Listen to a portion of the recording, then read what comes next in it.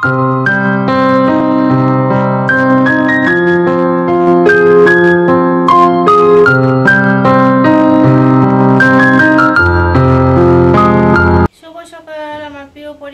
সবাই কেমন আছো? আশা করছি সবাই ভালো আছো। যে যেখান থেকে আমার ব্লগ দেখছো সবাইকে জানাই অনেক ভালোবাসা। আজকে মঙ্গলবার, সেই শনিবারের পর থেকে আর ব্লগ বানাইনি। তো মানে লালির জন্য কেঁদে কেঁদে মানে চোখ মুখ একাকার, আমার মুখের চেহারা দেখার মতো ছিল না। তো আজকে মঙ্গলবার, আজকে এই যে এখন দুধ বসিয়েছি। দুধটা এখনই পড়ে যেত কথা বলতে বলতে, একটুর জন্যই পড়লো না। তো আজকে মঙ্গলবার ভাবছি আর কতদিন আর ব্লগ মানে বন্ধ থাকবো, কাজ বন্ধ থাকবে। তো শুরু করি। যে যাওয়ার তো সে চলে গেল মায়া টায়া ধরি দিয়ে। এখন সবাই ওর জন্য শুধু মানে ধ্যান করো, কান্না করো, অত চলিয়ে গেল। তো আর কি বলবো, এই এখন চা টা খাবো, চা বানাবো, চা খাবো। এখন থেকে ব্লগটা শুরু করলাম। তো তোমরা ফার্স্ট থেকে লাস্ট অবধি আমার ভিডিওতে জুড়ে থেকো, ভালো থেকো সবাই, আর লাস্ট পর্যন্ত আমার ভিডিও দেখো। তো ঠিক আছে, চা বানাই, চা খাই, পরে আবার আসছি ক্যামেরার সামনে, আবার পরে কথা হবে। ভাত বসিয়ে দিয়েছি, চা খাওয়া হয়ে গেছে। ভেন্ডি সিদ্ধ, ভাত, আর এখানে করবো ডাল। ডাল করবো, আর কি যে ভাজা করি দেখা যাক। এই যে ডাল, রহর ডাল।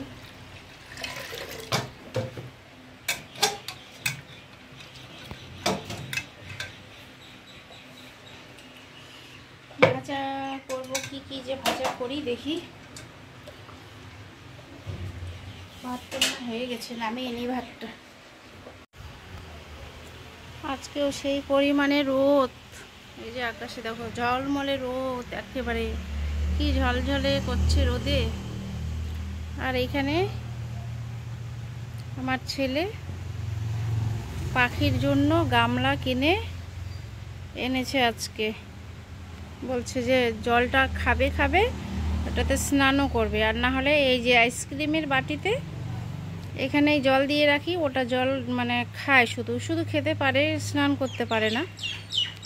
এই যে এখানেই থাকে সব, এখানে থাকে, এই যে এদের এখানে থাকে, এইটুকু জায়গার মধ্যে থাকে। তো এক গামলা জল দিয়ে দিলাম।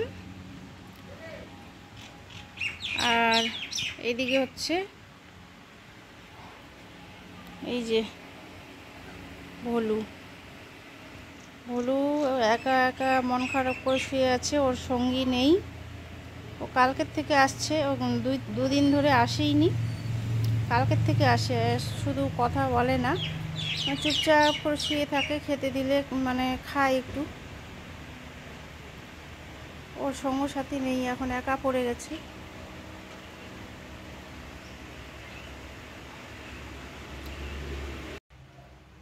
তো বন্ধুরা, এইমাত্র খাওয়া দাওয়া হলো, রান্না কমপ্লিট। রান্না কমপ্লিট হয়ে আমি খেলাম। আর আজকে তো মঙ্গলবার, তোমাদের দাদাভাই বাড়িতেই আছে, তো দুজনের খাওয়া হলো। আর ছেলেগুলো এখনও খায়নি, প্রচণ্ড গরম, গরমের জন্য খেতেই চাইছে না। তো কে যে কোথায় কি জানি না, বাড়িতেও নেই। আর এখন অনেকটাই বেজে গিয়েছে। দেখা যাচ্ছে এই সামনের দিক দিয়ে ক্যামেরাটা জানি কেন জানি আবছা আবছা হচ্ছে। আর ছেলের কাছে ঠিক করে নিতে হবে, আমি পারিও না। 1:15 বাজে। একটু গিয়ে বাইরে বসি, ঘরের মধ্যে প্রচণ্ড গরম, সাংঘাতিক গরম, ঘরের মধ্যে থাকা যায় না, মনে হচ্ছে আগুন নামছে যেরকম। আর আমাদের তো টিনের চালা, তো টিনের চালাতে না মানে ঘরের ভিতরে থাকা যায় না। আর এই যে ভলু,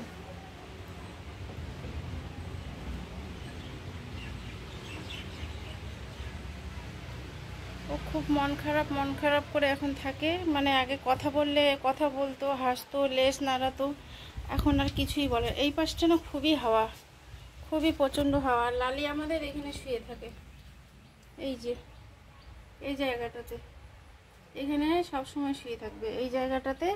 এই বাচ্চার থেকে না এত হাওয়া আসে, প্রচণ্ড পরিমাণে হাওয়া আসে। আর লালিকে যখন স্নান করতে আনি, স্নান করে কি করবে, এই যে এই কুয়োর পার থেকে এদিক দিয়ে দৌড় মারবে, এদিক দিয়ে ওই বেড়ার ফাঁক দিয়ে একেবারে ওই পাশ দিয়ে চলে যাবে, রাস্তায় গিয়ে বসবে। এই পাশটা একটু হাওয়া মানে হাওয়ায় আছে, গাছ ফুল গাছগুলো আছে, এদিকে বাঁশঝাড় আছে, এই যে বাঁশঝাড়। তো এদিকটা একটু শান্তি শান্তি লাগে। ঘরে মানে ভিতরে একবারে মানে থাকাই যাচ্ছে না। তো সকালবেলা স্নান করেছি, চুলটাকে ছাড়িয়ে স্নান মানে স্নানের পরে এইখানে চুলটাকে রেখেছিলাম, রান্না করব যেহেতু ভেজানো ছিল, চুলটা ভেজাই ছিল।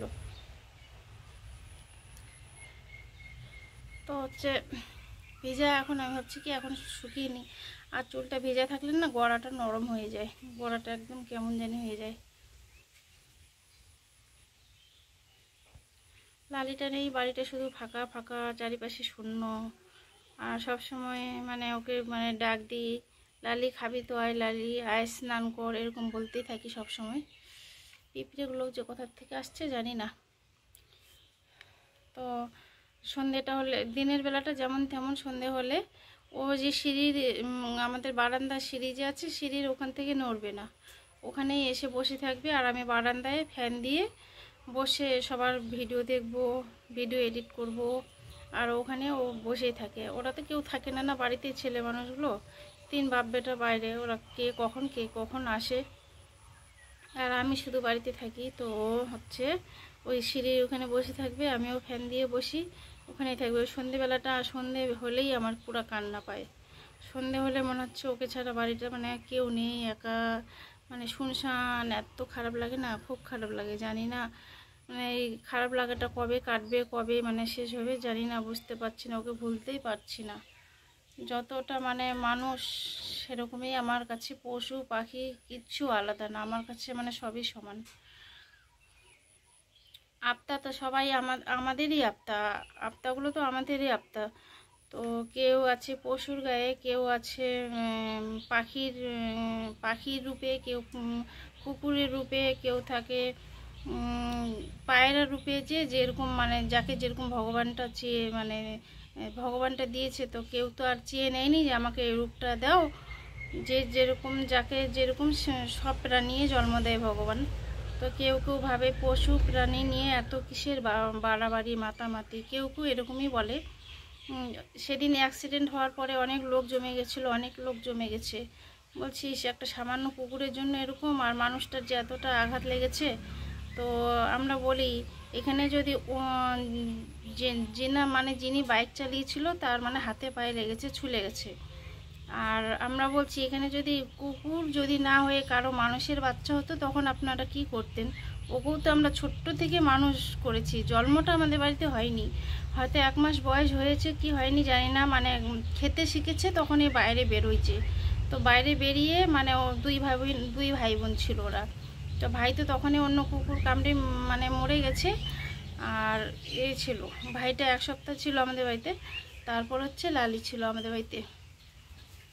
তো তখন ছোট থেকেই মানুষ করা, তো মানুষের থেকে তো আর কম নয়, মানুষের থেকে কোথার থেকে কম পড়ছে, সেই ছোট থেকে কত মানে কষ্টেই মানুষ করা।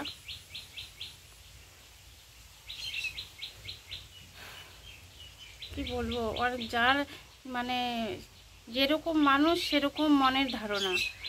মানুষ তো সবাই তো হচ্ছে, সবাই কি সবারই কি মন এক? যেরকম আছে মানুষ আছে, রাক্ষস রূপী আছে, তারপরে জল্লাদের রূপী আছে, কিন্তু সব পশু সবাই কিন্তু একই রকম।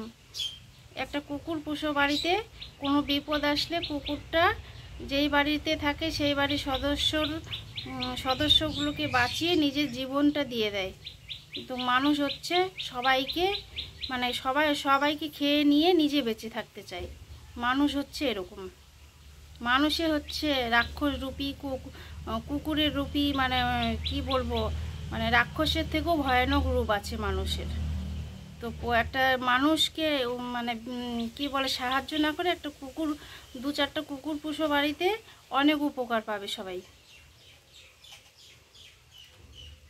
তো এই গরমের মধ্যে আজকে আর কি ব্লগ করব ভাবছি, তো আর মানে অতটাও মন টন ঠিক হয়নি এখন। আর 2 দিন থেকে বলছিলাম না আমার চেহারাটা দেখার মতো ছিল না, এই চোখ মুখ পুরো ফুলিয়ে মানে যেরকম হচ্ছে কিছু ফুলা রোগ ধরে গেলে কীরকম হয়, বা কিছু কামড়ে নিলে কীরকম হয় সেরকম ছিল। ক্যামেরার সামনে আসবো কি, আমার শুধু কান্নাই পাচ্ছে, কান্না থামবে তবে তো আমি ব্লগ করব। তো ঠিক আছে, আজকের মতো এখানে শেষ করছি। কথাগুলো আমি কাউকে আঘাত দেওয়ার জন্য কথাগুলো বলিনি।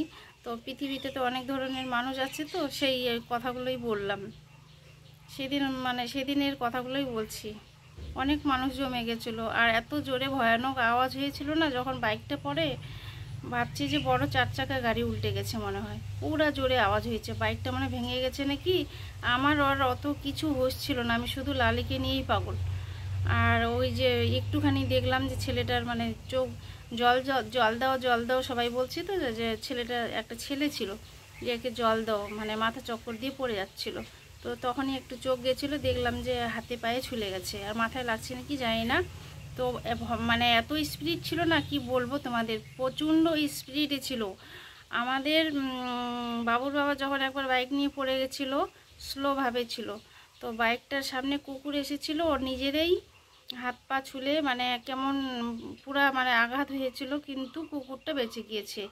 আর এই ছেলেটার মতো যদি জোরে বাইকটা স্পিড থাকতো না, তাহলে কুকুর তো মরতো কিনা জানি না, নিজেরই প্রাণটা চলে যেত। তো এখানে আমাদের কি হলো, মানে এত স্পিডে ছিল, তার তো মানে প্রাণে বেঁচে গেল, আমাদের হচ্ছে উপর দিয়ে আমাদের লালিটাই চলে গেল। তো ঠিক আছে বন্ধুরা, আজকের মতো এখানেই শেষ করলাম। সবাই ভালো থেকো, সুস্থ থেকো।